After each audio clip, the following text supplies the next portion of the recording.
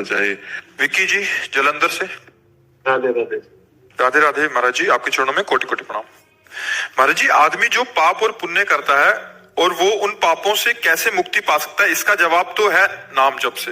राधा राधा। जैसे अब मेरी आयु 50 वर्ष की हो गई है, आगे जो भी समय या जितनी भी आयु है, बस नाम जप से उतना उधार खत्म हो जाएगा या कुछ और भी एक्स्ट्रा करना पड़ेगा? अनेक जन्मों का खत्म हो जाएगा, इसी जन्म का ही नहीं, अनेक जन्मों का खत्म हो जाएगा। नाम संकीर्तनम यस्य सर्व पाप प्रणाशनम। समस्त पापों का, जो समस्त में पूरे पीछे की तक जो संचित है, तभी भगवत प्राप्ति होती है। अगर संचित बचे रहे तो फिर जन्म होगा। इस जन्म का हिसाब नहीं, अनेक जन्मों का हिसाब है। अनेक जन्मार्जित पाप जितने वो सब भस्म हो जाएंगे भगवान नाम जप से।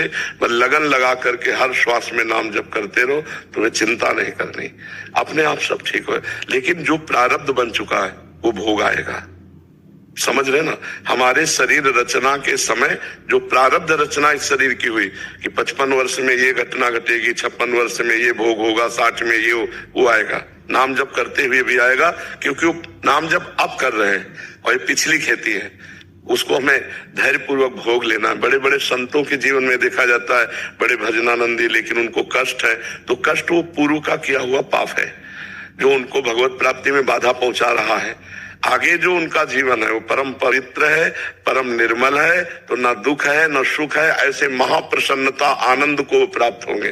तो आप विश्वास कीजिए, भगवान के नाम में अपार सामर्थ्य है।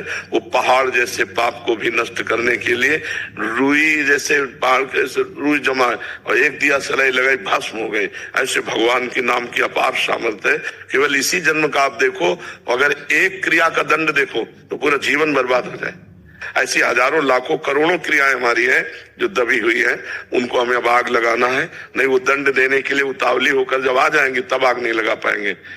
हाँ, पहले जो किए हुए जमा है अब उनको अभी भस्म कर सकते हो, क्योंकि अभी तैयार नहीं हुई आपको दंड देने के लिए। दंड बिल्कुल निर्धारित हो गया, अब भोगना पड़ेगा। तो जैसे प्रारब्ध है शरीर का, वो तो निर्धारित हो चुका है, तो उसे भोगना पड़ेगा, कोई नहीं काट सकता। श्रृंगी ऋषि ने शाप दिया कि आज के 7वें दिन तक्षक नाग परीक्षित को काटेगा और मर जाएंगे।